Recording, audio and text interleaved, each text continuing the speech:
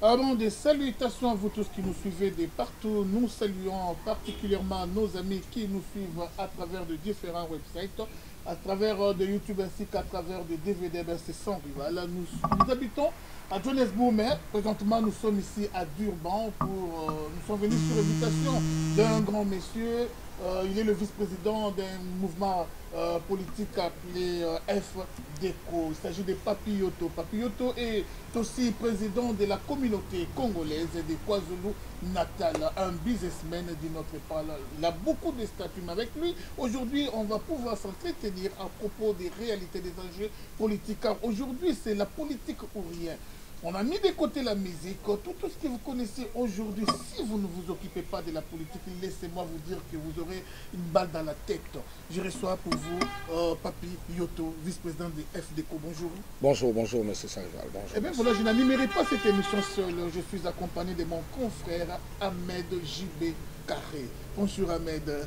Bonjour Sarival et bienvenue à Durban. Vraiment, merci beaucoup Papi Yoto. Quelles sont les nouvelles de Durban avant qu'on la phase politique? Bon, les nouvelles de Durban, c'est que je voudrais aussi saisir cette opportunité de souhaiter mes meilleurs voeux à tous les Congolais qui sont au pays et hors du pays. Et également, c'est ça de Durban, à Johannesburg aussi, que cette année soit une très bonne année, une année de prospérité, une année de meilleur pour tous les Congolais, et ainsi que notre pays puisse aller toujours de l'avant. Et c'est ça notre souhait. Merci infiniment. Merci beaucoup. La plus grosse erreur qu'on a eu à commettre dans notre pays, c'est au français, qu'on sango na ba couche nyoso. Yango esali que article 64 ba poko na biso ba basala ka bilanga ba yebi amoki. Il faut nimboler la yebi article 64 il a kisini. C'est trop important. Tout a été expliqué en français. Mais nous sommes obligés ya koloba lingala pour na ba koko na biso ba comprendre to komina stade nini. Papi Yoto, comment vous avez trouvé l'élection et l'équipe Nengenini? Bon, l'élection, normalement, nous sommes préparés. Ndetoloba qui en a l'élection et l'équipe Namikakatane Belé. L'équipe Namikakatane Belé, bon, Dieu aidant, nous sommes en sortie. Oui, salami, toujours c'est la psycho, résultat des urnes. Résultat des urnes. Eh bien, il n'est un secret pour personne qu'il y a eu beaucoup de désordres dans ma solo élection. Selon yo, pronostic Oyo à quoi passer président?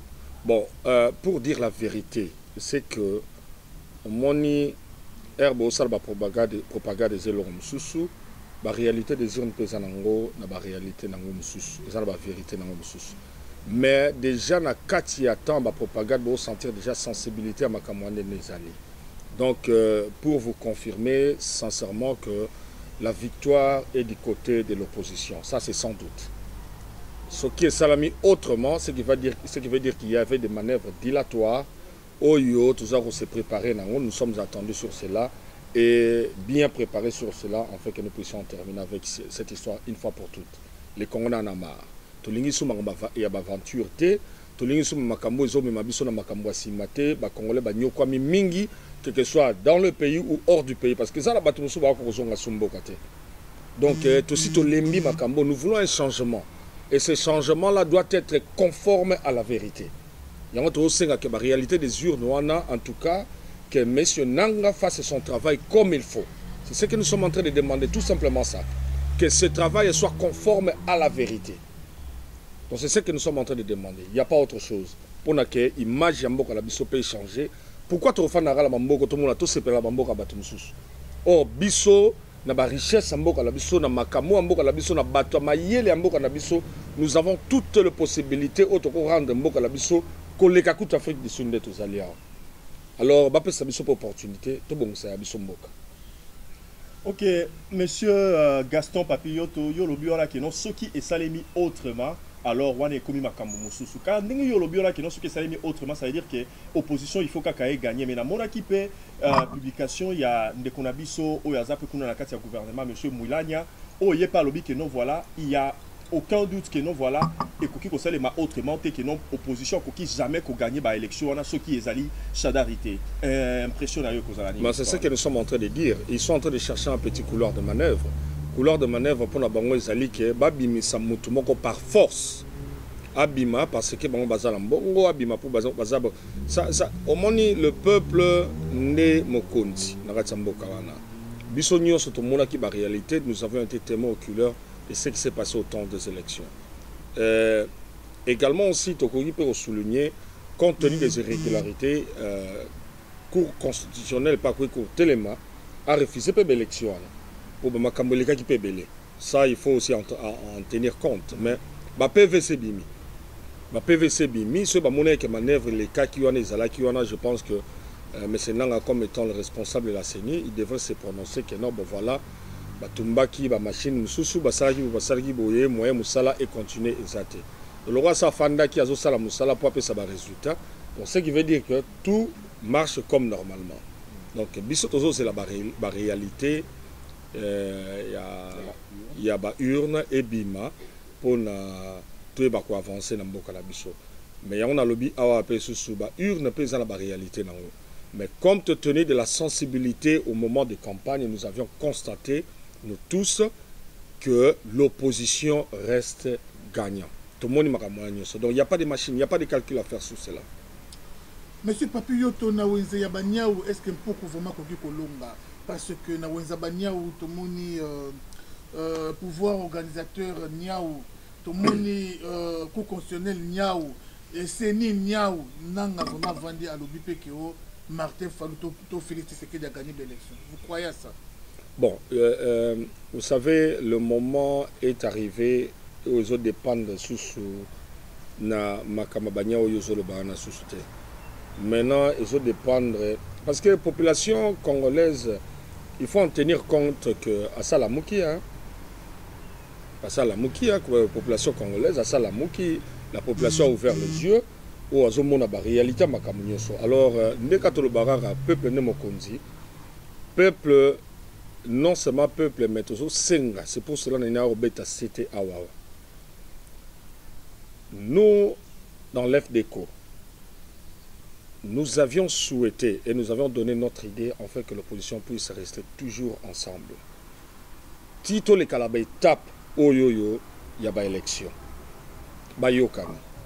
Mais malheureusement, ce qui s'est passé à Genève, il y a un de séparés Bango. Et moi, d'une manière ou d'une autre, je suis en train de penser que c'était le course de pouvoir. Mais, Bazala, Bami c'est la Bango Moroté. Bami c'est l'un des peuples. Bami c'est le peuple parce que Bitumbatoro Bundesa Bitumba Mukete. Et puis, jusqu'à présent, nous sommes en train toujours, il y a aussi un Bango, bas un esprit moko ferme, bas solo là. On m'a dit que solo est très important, bas solo là. Parce que ce bas solo li et que va convaincre Bitumba Oyo. Et c'est alors que tu as la maramususu ndeni tu as successivement. Mais pour le moment vraiment il faut vraiment tous à la vraiment concentrer. Et puis population a besoin de direction. Nous avons tous cette population a besoin d'une direction. Monsieur Gaston Yoto, tango zolo bawana ki no ba solo la. Na moment oyo na étape ndenge do si dans procédure ndenge sélection na niveau haut aussi to komi oyo. Ko solo la bango ça va servir à quoi? Parce que déjà ba kei déjà voilà un ordre dispersé. Alors déjà comme bazet déjà un ordre dispersé wana alors ko solo na minute en quoi est-ce que ça peut aider la population ou bien les pays pour qu'il y ait la liberté? Mais moi je pense que c'est encore mieux même s'ils sont allés en ordre dispersé. Basi basali concurrence na bango eza compétition il y a ba voix des urnes c'est salami non sorry il y a élection c'est salami mais na tous zélandais ba résultat na kata ba résultat so ba sololité maintenant je vais vous donner encore une autre idée ce ba solo libienté et que va proclamer Chadari qu'est-ce que maintenant l'opposition va faire parce que oyazo bimakuna alobi oh non bon toyokana quitter parce que yende falabima président ya makambo bango bakeno sona Genève oyo kuna baluki azolo bakeno ngana ngo sona bango mingi te parce que bango ba sona pouvoir donc ozomona ba confluana ezako aider peuple te confluana aider peuple te eza ba conflit na bango en termes personnels ozotala pona ba intérêt na bango je ne vois aucune place oyo za mona ka intérêt à peuple za na katiwana.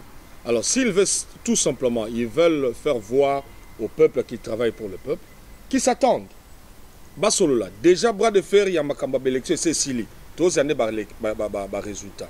na kati ba résultat so ba résultat bimi de manière négative pour na bango mbalé so ba osandeni il faut bazana idée moko ba baninga combattre. Monsieur Papioto, je crois que nous avons deux grands chapitres à aborder. Le premier ezali état ya makambo ndenge lekeli, tout le monde regrette. Deuxième ezali ko apporter ba remède. Je crois que deuxième chapitre nde tokokota wana tokovanda très bien au cas où ba proclamer Shadari, que va-t-il se passer? Wana za deuxième chapitre. Maintenant, dans le premier chapitre, pour Suki Sayango, Kabila est très fort pour Azana Mbongo. Nangambu ya cash, baza plus fort na angle na bango, la population na base. Nangambu ya Lamuka, baza fort, baza soutenu pe na batombongo. Suko Zimbongo ya Moïse Katumbi, osangisi yango na ya Mbemba, o basana wa Muzito, et koko kanape na Kabila, tout comme ekoleka. Mais pour na nini opposition, bako utiliser mbongo na bango wana pour opposition et ba vraiment na kozwa pouvoir. Ce qui Kabila a utilisé façon ko corrompre bananga na bako constitutionnel. Mais Katumbi na Mbemba pe bako chambongo na bango na Moïse Katumbi, ba corrompre ba PCP ko constitutionnel double ya mbongo. Comment vous trouvez ça? So ba bango ba kenaje wana. Vous savez que ce qui est semé dans la corruption, on finit toujours très mal. Vous comprenez? Donc moi je ne trouve aucune voix où Mabiso Narata Makamwana où tout s'aimer pouvoir il y a peuple la corruption. Ça m'a lamenté. Ok, peut sa cour constitutionnelle pour à voter à déclarer mon tutelle. Il y a un tout ça problème au bout tout ça problème au bout parce que déjà les bandits n'ont pas malamté. So les bandits les agama malamu. Tu n'as pas sur la place tout ça. Vous êtes des témoins oculaires. Nous sommes ici en Afrique du Sud. L'élection les grandes. La souka na ngondeni. Parce pourquoi bisoto au sala que to bakang sambon ba pesa cour constitutionnel. Cour constitutionnel d'abord zanani. Cour constitutionnel là aux instructions pas opposition te. Cour constitutionnel là aux instructions na ya bi place aux instructions. Parce que jusqu'à la preuve du contraire trop le bakenon Kabila n'est pas légal mais Afanyana il a des armes. Vous voyez. Donc moi je pense que manière autre que na malamu zali que bayokana basolola basi baleki na compétition bango il fallait bakota la compétition là celui qui va gagner il passe il travaille et puis dans les jours à venir troyer bande to sala alors so ba fandi basololi bayokani ils seront beaucoup plus préparés na ba résultat au Robima dimanche pour donner une certaine direction à la population qui est entrée ya rotala bango pour natoyeba avenir mboka la biso sandengeni ezawapi.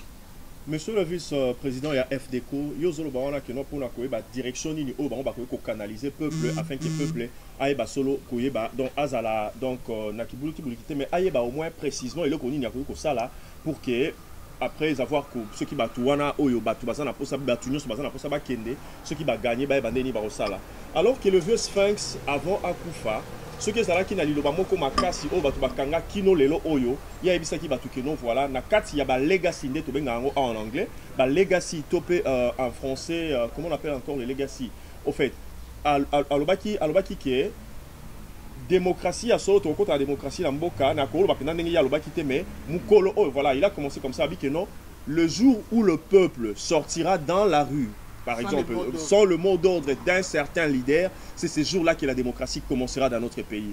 Alors, tant que yo zoloba, oyo lobi onana, oyo vieux Sphinx salobaki, parce qu'il y a mutu à canaliser qui pena peuple mobimba, parce que je l'ai dit toujours, chers amis téléspectateurs, que dans Kati ya Congo, on peut être de MLC, on peut être de l'ensemble, on peut être de SID, on peut être de quoi que ce soit, mais tout le Congolais bazalakaba sympathisant, membre sympathisant à UDPS. Pour ne pas dire le membre effectif, mais les membres sympathisants à UDPS. Alors, réponse Nayo et Yanonayo Nalikambouana. Bon, on est qui réflexion, mais moi, ce que j'en sais, que il n'y a jamais eu un groupe de troupeaux sans la personne qui la regarde. En anglais, balobi, there is no dog without a handler. Donc, il faut toujours dans un groupe de troupeaux. Tout le monde a un village. Groupe ni na troupeaux, monique. Papa Mogazata la direction. Ça ne se fait pas, ils vont se disperser. C'est la même manière avec la population, c'est un bon groupe de gens. Tous basé Béléwana. Si quoi banga kitana baba basanine. Babu nanani, nana opé sa mot d'ordre. Ba ebisi banga basani ba ke lukanini. Vous voyez, c'est un problème. Ah élection elinga ke lika awa. Au monique la muka bazana leader na bango oyabimi Fayulu, to komi ko to na Kachawa leader abimi Félix Tshisekedi, ils ont tous prononcé allons aux élections. Qu'est-ce que le peuple a fait? Bah, qu'il y a une élection, bah, qu'il a voté. Mais ce qui est dans la Genève, on a dit que biso to une élection na bangote. Peuple pas qui voté. Donc c'est ce que nous sommes en train de demander, qui est un langage. Bas sur l'ensemble, bas dans un langage moko pour na ba yeba jusqu'à ce que ba atteindre objectif na bango. Ndé wana siko ba yeba ning ba yo sala. Mais pour le moment, nous avons besoin de l'unité de tous les Congolais. Tous les Congolais, nous avons tous besoin que nous soyons un avec une même idéologie pour nous conquérir le pouvoir de Samboka. Si ce n'est pas cela, Torozon aura toujours la faillite. Est-ce que on a un peu possibilité encore sur la même table, bien que ça ne sera pas pour discuter sur la présidence, parce que si on comprend bien, c'est comme si le problème n'a majeur qui la course, il y a pouvoir est-ce que vous voyez une certaine possibilité pour permettre pour voilà atalelo oyozanango chadarité, mais ce qu'ils allaient soit Fayulu to ezali Fachi baye un peu ndengenini est-ce que aux hommes il peut toujours y avoir une possibilité? Of course, il y a toujours une possibilité. La possibilité, c'est tout simplement de faire la volonté du peuple. C'est tout simplement faire la volonté du peuple. Et c'est tout. Ah ben voilà, je crois que faire la volonté du peuple, c'est ça, c'est même ça la démocratie, un pouvoir du peuple. Par les peuples et pour les peuples, monsieur Papi Yoto, qui n'a phase, parce que tout matato qui t'a battu nyoso, bavandi kaka simaya soulèvement populaire. Au mata o qui t'a force, ya battu nyoso derrière soulèvement populaire. Est-ce qu'il n'y a pas une autre voie où il y a pour accompagner le soulèvement populaire, ou bien il y a dribbler le soulèvement populaire, parce que nous avons vu en 1997, peuple à Bimaki, soyons sérieux. Tshisekedi a mis sa peuple plusieurs fois. Ils ont une marche, marche à Mounene. Mais alors, Kabila est venu, mouvement Moïna est botam. Kabila est balaye Malamoko Mobutu. Alors, est-ce que vous croyez que M. Hippolyte Kanambe n'est pas préparé aussi contre l'entre guillemets soulèvement populaire? Beaucoup ça l'a simité. C'est ça le problème. Merci beaucoup pour cette question. Nous devons savoir une chose, que la République démocratique du Congo a une affaire avec un dictateur qui a de l'expérience au pouvoir approximatif de 18 ans. Ce n'est pas tout simplement les Kabila, mais c'est tout un système derrière Kabila. Alors, ngai moyena loba na place à leader wana ezate. Omoni makambo to sto lobby yango ebele ba lobby bagangi. Mais na minute oyo to si to zui ba leader oyo batu bakende ki ko voter. Yango no moni ke na kati wana ya vote présidentiel batu bazaki ebele. Mais pourquoi ba otanga batu mususu wana te ba otanga kaka Félix na Fayulu? Pour le moment, ce sont nos leaders. À Bakineb élection, ils savent à qui ils ont affaire. Et là, ils ont plan B, il faut ça. Et plan B, il faut ça vraiment visible. Parce que la population attend de quelque chose de meilleur. Ouais. Donc, au monde qui est place, nous sommes qui est masse la population la masse la population la parce que ba olinga bango. Exactement parce que c'est pas na bogar ko likabatunyoso balandaki bango, c'est parce que cette population a besoin d'une solution dans leurs problèmes. Alors cette solution étant que des leaders, il faut pas sangala ba solo ba bakeno. En tout cas, biso net omoni que plan B na biso ezali boye. Ndenge to moni que to sala makambo ezabo. Ngako lo ba place na bango. Pour le moment, na ngai na bino to sa ba leader ba telemi wana auto kene ko voter. C'est eux qui doivent se prononcer. Alors, ceux qui vont quitter, il est temps de se choisir notre leader. Monsieur Papilloto, nous nous approchons petit à petit à la fin de notre tranche. Il nous reste peut-être moins de 5 minutes. Nous fait signe monsieur Yves derrière la caméra. Papilloto, il y a une grande différence entre le pouvoir et l'occupation. Nos politiciens font la course au pouvoir, c'est très bien. Devenir président. Mais quelque part, est-ce que qu'il faut chasser pour occupation? Parce que tous les Rwandais, Rwandais dans l'armée, Rwandais dans la police, Rwandais dans la couche. Honoré Ngwanda parle de l'occupation. Ça, c'est la résistance. Les politiciens, Bazali, au talaka pouvoir, devenir président. Mais tu peux devenir président, pose la marionnette. Il y a occupant sur le terrain. Maintenant, nous sommes devant, dans quelques jours, Makambouya publication. On va chasser l'occupation ou on fera seulement la course au pouvoir? C'est ça ma question. Bon, c'est ce que j'ai répondu ici. J'ai dit que non, ils doivent savoir qu'ils ont un problème très sérieux. Un problème très sérieux dans ce qui veut dire qu'il n'y a pas tout simplement Kabila. Il y a aussi, derrière Kabila, il y a tout un troupeau de gens. C'est pour cela sur l'autel, il y a Nini, il y a Natango, il y a Bible, Natango, Samson.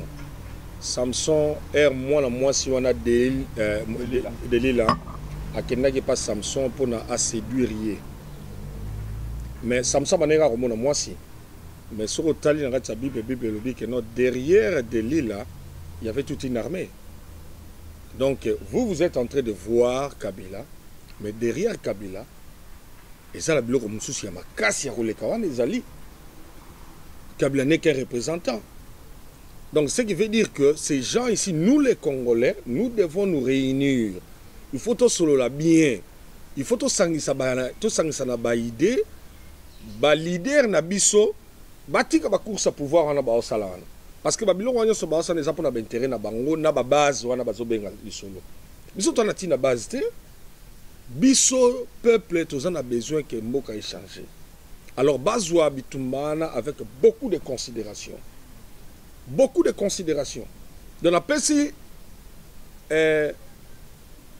l'ICC, il y a Samso na Delila pour vous faire comprendre que derrière cette personne, il y a toute une armée.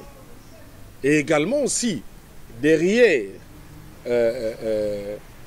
Kabila Ngetozolobana, Bango Balko Bazaba opposant, Baye bien le resana sima. Baye très bien le resana sima. Alors, Batika ba distraction Zangatina, Basolola, pour n'avoir banen dans l'avenir Yambo. Ok, pour n'avoir banen y a côté l'avenir Yamboka, oui, on le bima là, mon dernier lobby alors pour n'avoir l'avenir Yamboka, donc un peu parlons élection. Tout le monde qui va élection est Salemi, Bae, Oyo Bazaki qui dirige les biso, Seni wana la personne de Nanga, Bae Kolobaboy, Bae Kolobakeno, voilà, élection est Salema, mais élection est Salema Nandambo. Donc il y avait 4 circonscriptions, entre autres la circonscription de Beni, de Beniville, de Butembo et puis de Yumbi dans le Maïndombe. Babi Keno Bango Baza exclut la course, Bakosa la élection, bon, soi-disant des Balbaï qui en a Keno en mars, alors c'était un peu, bon, on les a parenthèses. Babi Barossa en mars. Mais après avoir une certaine pression, et que ça le voilà, batuna beni, basali ba élection, na lolenge na bango, bango moko ba préparer, basali ba élection. Alors impression na autant au mona qui bango ko ça la ba organisation na bango moko son qui base à la soutenu par la CENI derrière ou bien gouvernement de bango maboko. Et lobela qui yo nini pour la komona comportement na bango wana. Qu'est-ce que ça vous a enseigné en tant que politicien oyope lobby oyazomona kino voilà na kokipe kokoma na isika wana? Ce qui m'enseigne est très clair. Moi je l'ai dit, je continue toujours à le répéter. Ça c'est la faiblesse de l'opposition. Vous comprenez? Bino otanga ke kuna na beni bat ba kufa bat ba sala. Mais je pense que Fayulu a kene na beni. Est-ce que zonga ne bola? C'est la faiblesse de l'opposition. Ils sont tellement faibles que Herbalobi que kuna to ke to sala boete to sabote bango bandimi ba fa na bango calmement. Mais pour vous faire voir que la population a décidé, cette population est vraiment décidée, bango moko ba s'arranger na ndenge na bango. Et ça marquait le ba s'arranger na ndenge na bango et ils étaient encore beaucoup plus rapides que la CENI. Quand on a bouton la bango compter. Alors, vous vous contredisez quelque part parce que cette même population va s'organiser sans leader opposition. Ne peut pas s'organiser sans leader Balongo Kabila. Bon voilà, au moins ne va s'organiser qui va s'organiser pour soutenir le leader là-bas. Va s'organiser pour soutenir le leader là-bas. Na ba message au leader ba gena opesa bango. Mais si le leader il faut pas à la fort pour ne défendre la population. Pour ne pas sa direction, c'est ce que je dis. Monsieur Papioto vraiment Union africaine et Sangisi opposition Nachadari. Est-ce que peut-il venir quelque chose de bon dans cette histoire d'Union africaine qui a toujours soutenu M. Kabila? Parce que en politique, les A o bazola kisa biso yango nde ezaka vraiment ate masolo kati bakoza babeti o eza na défaveur na biso. Comment expliquer Union africaine ko yebisa ba opposant bazala kimia et puis ba coupure internet nous faisons ba signe ozola kisa ke ya mabezo ya oyo ko ya wana kozala en faveur ya population te ba signe tout le monde yango déjà belé d'où je ne sais pas si vous avez un mot d'ordre à donner à cette population car tous les signes qui annoncent que moi c'est la Zemi et mon ami ba vomissement ba makamwe belé la c'est moi c'est la Zemi donc ba signe c'est là qui va proclamer na bango chandari et mon isami.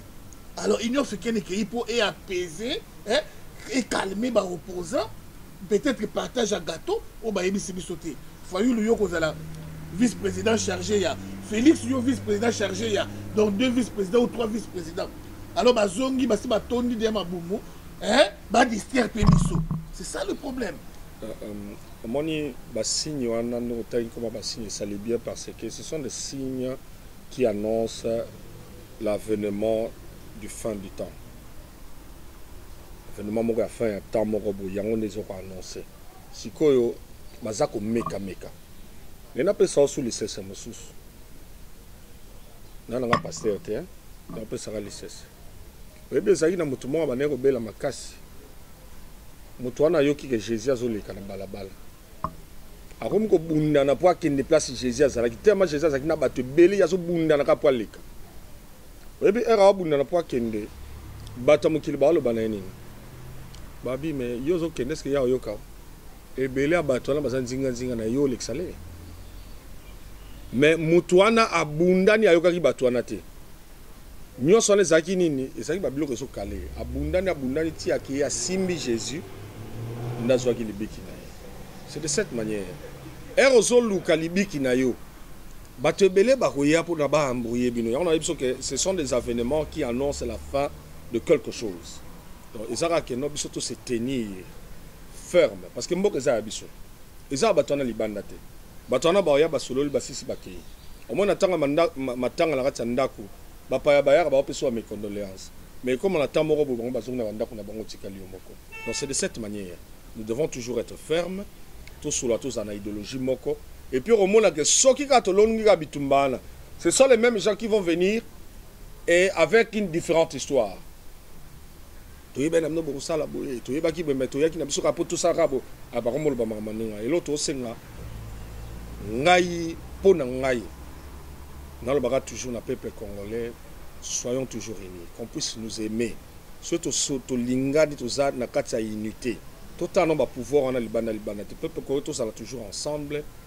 Tout le monde, tout le monde, tout le monde, et c'est vraiment motivation population, leader, nabiso, la ferme, bayokana, tokende, penakaratina, souka, potosi, salikamo, une fois pour toutes. Parce que ceux qui tournent, toko quitter. Omoni oyo ya toye bate. Oyo banate oui tout monde qui na 2016 monsieur Fachi Félix Chilombo Tshisekedi asalaki alobaki alasaki message mo boye avant vieux akufa le vieux sphinx. Alobaki boye alobi que non voilà bana mboka prenez-vous en charge to bunda bitumba oh parce que soki Kabila aleki 2016 oyo akonyata penza biso. Alors, est-ce que tout le monde a dit que nous konyatango oyo Félix Aloba Kiwana a eu ça qui n'a peuple que non voilà tout se prendre en charge parce que c'est le qui 2016. Alors Kabila leka qui peut 2016 en on encore est-ce que konyatango te yango ezo me mabiso na nzela ezo me mabiso po une information monsieur Gaston Papilloto est-ce que na évité ce que oyebi mais toujours na même volet à penser.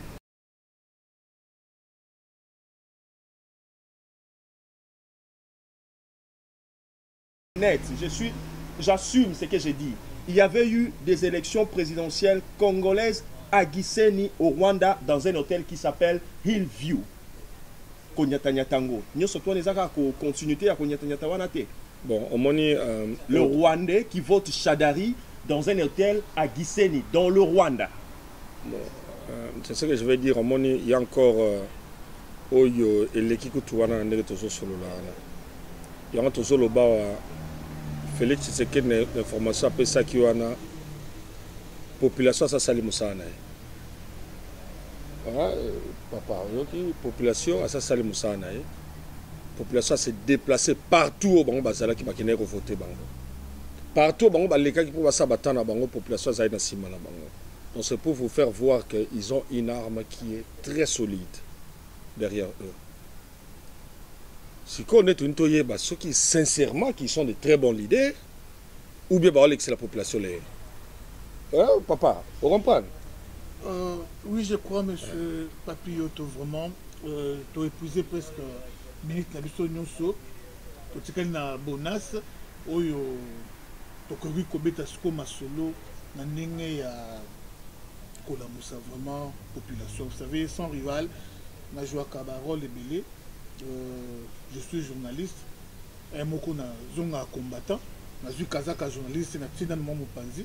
Kena na makambo komba nenge vraiment sengeli pourtant auto commune de konangai il faut vraiment éveil patriotique il faut vraiment tout la moussa peuple na nenga jeté parce que na déontologie à média faut landiango okoma combattanti parce que journaliste faut la naître alors mais si ko makambo etali Congo vraiment Congo mai na miso je ne partage pas la même opinion na vice-président il y a FDECO. Pourquoi? Parce que a du pouvoir nous so apesi ba leader opposition, bango ba lead du peuple. Mais moi je dis que biso peuple photos de la police, hein? Il y a pouvoir, il y a ba opposant. Au moment où c'est là qui Félix Tshisekedi a signé population qui est liée tinanda ko batumbanda ko. Félix azongi sima. Biso peuple ba so to telemito bi fayulu. Soko meki kaka ko céder pour ça les rêves. To kato moto. Félix soko meki kaka alors c'est la volonté du peuple ou rien. Vous savez, cette histoire, il y a Moula la Pongue bébé et Zanati. Cette histoire, il y a, vous voyez, au Moni, la Cour constitutionnelle, pas question. C'est l'opposition ou rien. Ou rien. Soit va publier Fayoul comme président, ou Félix comme président. Dans les cas contraires, en tout cas, le pays prend feu. Le pays prend fait, il n'y a pas une autre forme de procédure. On va comme Menabiso, qui est à gauche, ou qui est à droite. Pas de question. Alors, dans les cas contraires, tout le monde a opposé à la leader, ceux qui va saler, alors, vraiment, je crois que c'est dans ce sens-là que tu recopies ça message. Encore une fois, pour votre information, le monsieur Oazana gauche, c'est un grand businessman. Oyo azana mbongo ebele na mboka oyo Afrique du Sud à investir il y a trop mais ba congolais boza ko investir mingi na ba oyo etali bino moko na ba famille na bino les restes mais intérêt ya mboka awa to lebela makamba soulèvement populaire est-ce que papillo to abimisi ne fisque $300,000 pour essayer l'autre côté na poche na ye pour apes bana chango baso mata ba machette bana chango baso mata ba machette pour jouer à soulèvement na babima. Est-ce que bimisi ne fisque ata $500,000 où ils ont représenté et l'autre côté et pas na ye pour que bana barumbu hein ba s'équiper ata pourtant on a soulèvement populaire ba ko vana ata une semaine na balabala bazolia ya sikia comme les alliés tout et l'autre côté mais maintenant vous dites bah peuple bima mais ba mbongo na bino bobomi on a ba poche. Voilà ma dernière préoccupation. Est-ce qu'on a des questions ou bien non, ils ont préoccupation, inquiétude. Parce que vous avez mon côté. Bato mbongo bozé belé.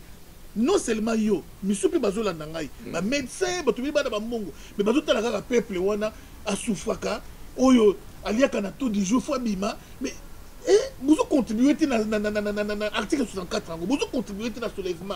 Nous sommes à 3 jours déjà lelo presque vendredi.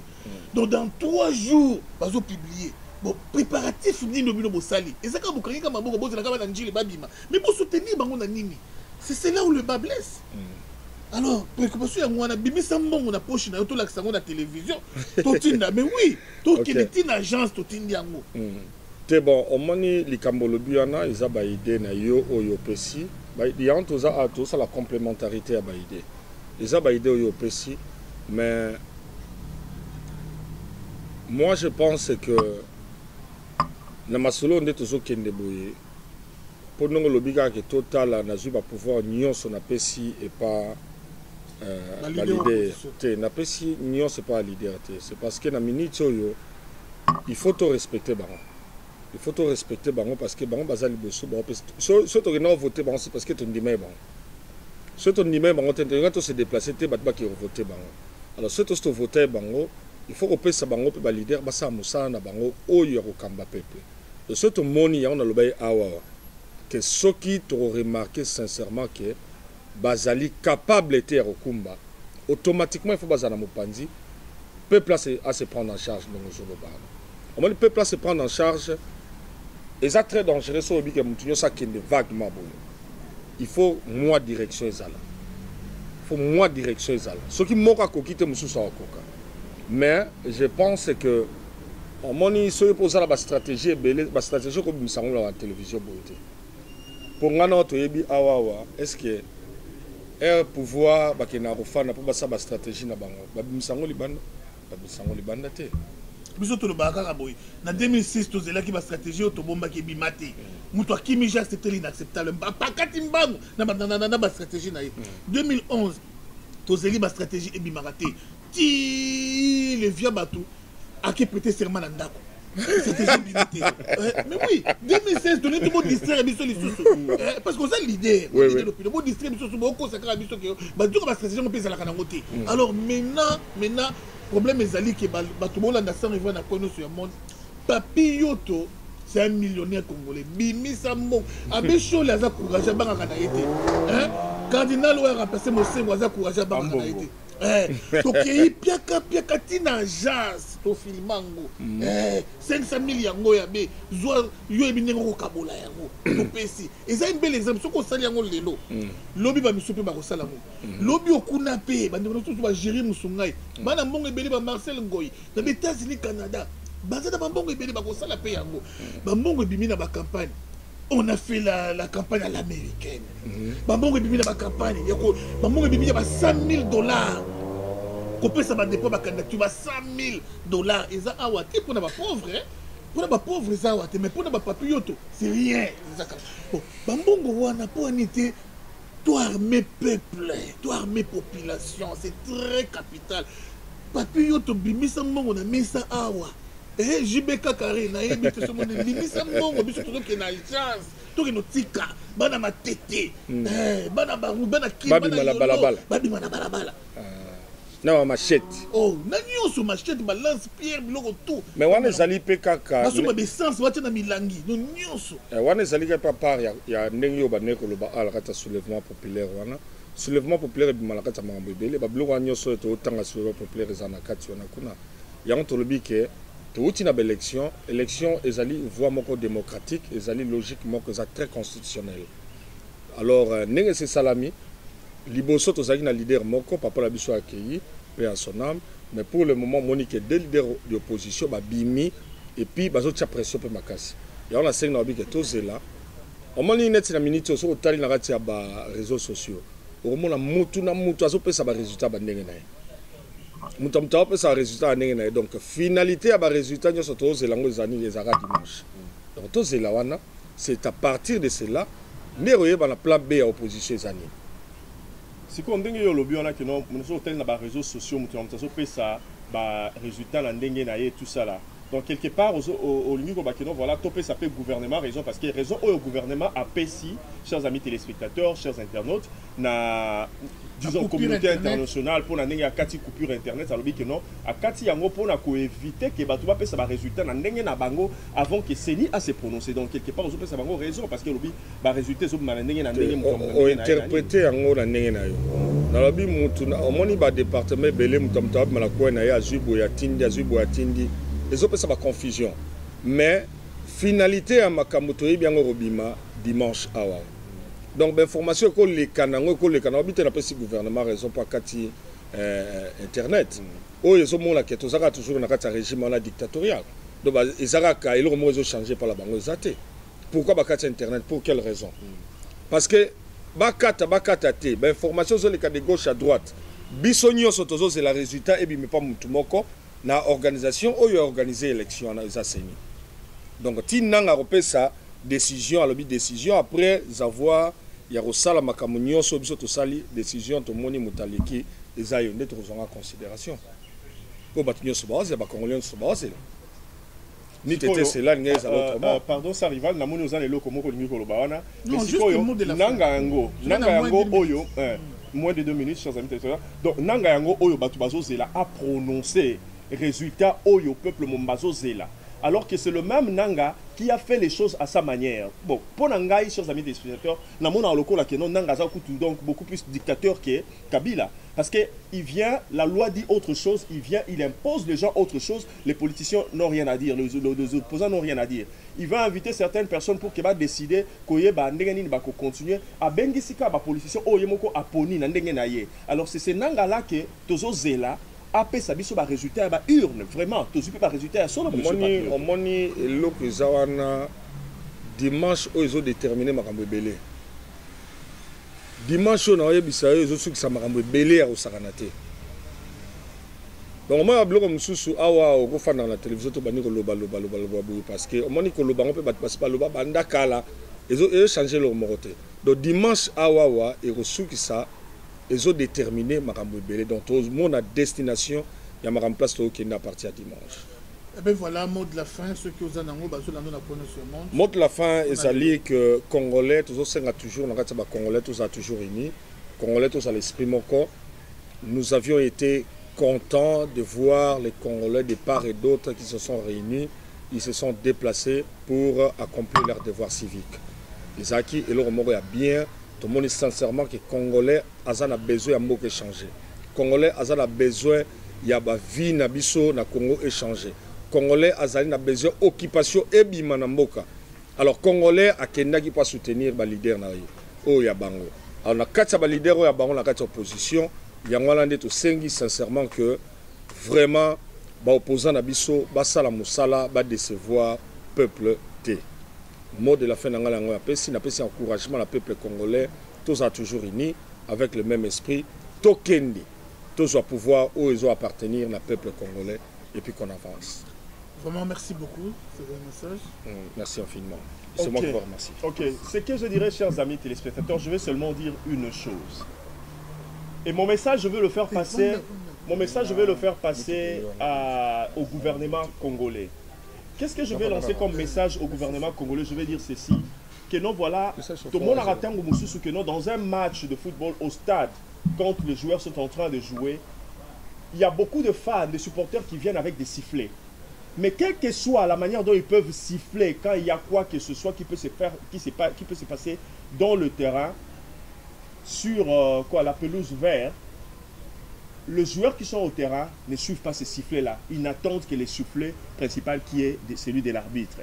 Alors, par là, je vais dire quoi? Que le gouvernement congolais, la batu internet parce que eza musala batu eza musala na bango. Être connecté à l'internet, c'est tout un travail. Alors c'est comme si bozu bokati bozu instrument oyo ya musala ya batu, bozu bolongoli bango yango boboto bango yango nanko. Ba oyo nyo surtout ba internet, ba réseaux sociaux, ba nini ba comment ba chaîne ya YouTube et tout consort na makamunyo surtout o ezali et ça les marchés dépendre de internet et ça nango ka lokola ba siffler o ba supporter ba memaka na kati ya terrain ya football mais siffler o ba to bazo zela et vous allons ka siffler ya nangawana. Alors voilà les messages que j'aurai pour vous. Et aussi je dirais aussi merci na bandeko nyo surtout oyo batali biso ensemble na sa rival awa pour na ndenge to faire passer bino oyo azali pe ndeko azali ko sala ba analyse politique bien kaza mutu ya parti basali ba analyse na ye lokola kaka mutu lokola congolais nyo surtout. Alors merci pour na temps oyo bo accorder ki biso bon s'abonner na ba chaîne na biso bon s'abonner na Congo International parce que tous allez en sa rival donc boyebi comment est-ce que dans temps boza ko s'abonner comment est-ce que ça va nous aider pour que to continuer couper sa bino information que tout le monde na malamu liboso ya ba écran na bino sans rival. Ah ben voilà, nous disons merci à notre confrère Bernard qui nous a vraiment aidé derrière la caméra. Nous disons encore merci à notre frère Yves, mais je demanderai à nos frères congolais d'être vigilants parce que Nanga peut nous surprendre pendant qu'on attend la publication le dimanche et il est fait vendredi. Faites très attention, il faut faire très attention, tous les moyens sont possibles pour cette Kabylie. Et alors, soyez encore une fois de plus vigilant et prudent. Que va-t-il se passer? Dès que Nanga sort et il publie Chadari, tous les Congolais doivent sortir dans la rue. Tous sauf personne. Vous allez porte par porte en porte, objectivement porte au bimisi ba papa ba maman ba tunyo soit bibi na ndako bokangi porte bokeli banda. Ba oyo ba koboya ko bima. considérer bango ke bango nde bakabila bango nde bananga simbo bandeko na ngai tant oyo tokomi eza tant ya koyokela so moto mawa te tant oyo tokomi il y a pas de paix sans guerre s'il vous plaît ndeko na ngai accepte si vous tuez quelqu'un na temps ya guerre okota lola ndeko na ngai tika ngai okokota lola ya sûr ndeko pour le peuple se libère. Ce qui est au salaire et si Kabila kotika la libéra, Chadar ya kotika la libéra, Rwanda kotika la libéra et on va perdre ce pays, notre grand Congo. Encore une fois, merci vraiment.